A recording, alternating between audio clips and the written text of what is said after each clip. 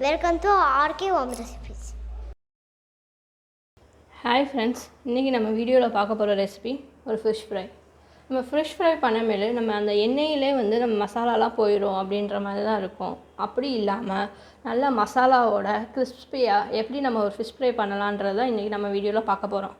என்னென்ன தேவையான பொருட்கள் நம்ம பார்த்துக்கலாம். இந்த மாதிரி ஃபிஷ்ஷை வந்து நடு பார்ட் மட்டும் எடுத்து வச்சுருக்கேன். நல்லா வாஷ் பண்ணி வச்சுக்கணும். பூண்டு சோம்பு பேஸ்ட், இதில் இஞ்சி சேர்க்கக்கூடாது. சோம்பையும் ஒரு 6-7 பூண்டையும் போட்டு நல்லா அரைச்சி வச்சுருக்க பேஸ்ட்.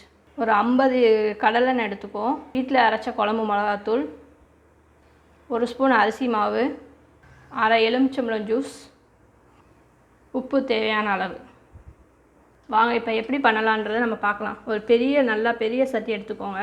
ஃபஸ்ட்டு நம்ம மசாலாலாம் போட்டு ரெடி பண்ணிக்கலாம். ஃபஸ்ட்டு நம்ம அந்த குழம்பு மிளகா பொடி நமக்கு எவ்வளோ தேவையோ அந்த அளவு போட்டுக்கலாம். அடுத்து கொஞ்சம் உப்பு தேவையான அளவு நம்ம சேர்த்துக்குவோம். இந்த அரிசி மாவு தான் இந்த கிறிஸ்பியாக வரும்ல, அதுக்காண்டி நம்ம 1 ஸ்பூன் அரிசி மாவு சேர்த்துக்கிட்டால் போதும். நம்ம இந்த பூண்டும் சோம்பும் அரைச்சி வச்சுருக்க பேஸ்ட்டை சேர்த்துக்கலாம். நம்ம எடுத்து வச்சுக்கிற லெமன் ஜூஸ் ஊற்றிடலாம். ஃபஸ்ட்டு நல்லா இதை ஃபுல்லாக மிக்ஸ் பண்ணிக்கோங்க.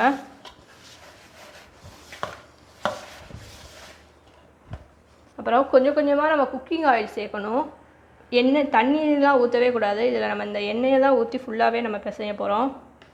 கொஞ்சமாக ஊற்றி நம்ம ஃபஸ்ட்டு மசாலா ரெடி பண்ணிக்கலாம்.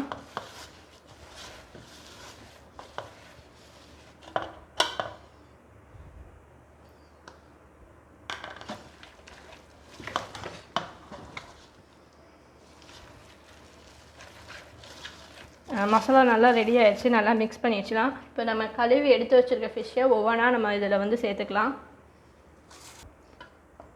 இல்லை மசாலா கெட்டியாக இருக்குது அப்படின்லாம் நினைக்காதீங்க. நம்ம நல்லா மிக்ஸ் பண்ணிவிட்டு ஃபிஷ்ஷை போட்டு நம்ம வந்து நல்லா ஸ்ப்ரெட் பண்ண மேலே மசாலா நல்லா ஃபிஷ்ஷில் வந்து ஒட்டி வரும்.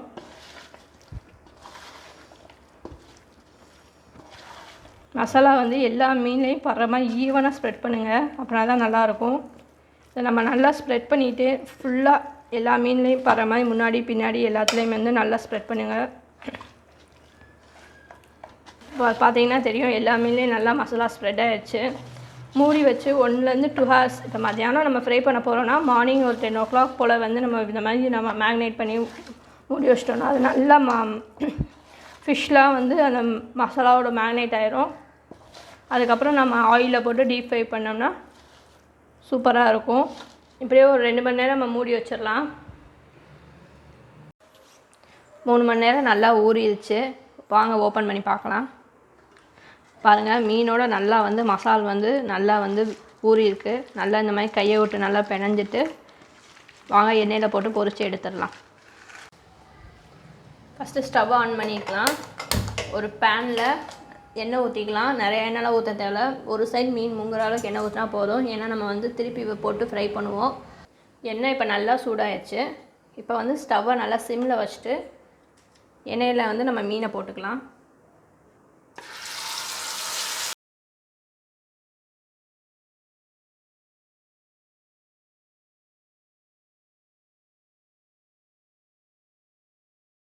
போட்டுட்டு மீனை வந்து கரண்டியால் கிண்டவோ நகட்டவோ கூடாது. 1 நிமிஷம் அது அப்படியே இருக்கிறது வந்து வேகட்டும். சிம்மிலே நல்லா வேகட்டும். எதுவுமே பண்ண வேணாம். 1 நிமிஷம் நல்லா வேகட்டும்.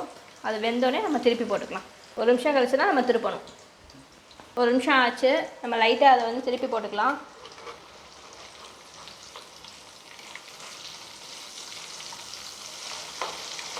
பாருங்கள், 1 நிமிஷம் கழிச்சு நம்ம திருப்பினால தான் எண்ணெயில் எந்த மசாலாவும் இல்லாமல் மீன்லேயே எல்லா மசாலாவும் ஒட்டியிருக்கு. இந்த சைடும் 1 நிமிஷம் வேகட்டும். இந்த சைடும் நல்லா 1 நிமிஷம் வெந்துருச்சு. நம்ம இப்போ திருப்பி போட்டுக்கலாம்.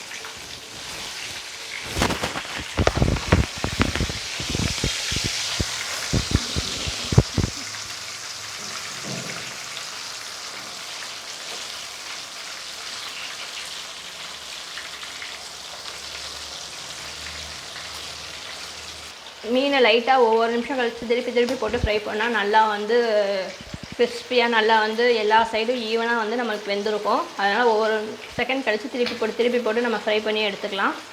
மீன் வந்து நல்லா கோல்டன் ப்ரௌன் 2 சைடு ஆனதுக்கப்புறம் நம்ம எடுத்துடலாம். இங்கே பாருங்கள், நல்லா கோல்டன் ப்ரௌன் ஆயிடுச்சு. இந்த ஸ்டேஜில் நம்ம சுவையான நல்லா எடுத்து சர்வ் பண்ணிடலாம். நல்லா மசாலாவோட மீன் ஃப்ரை ரெடி.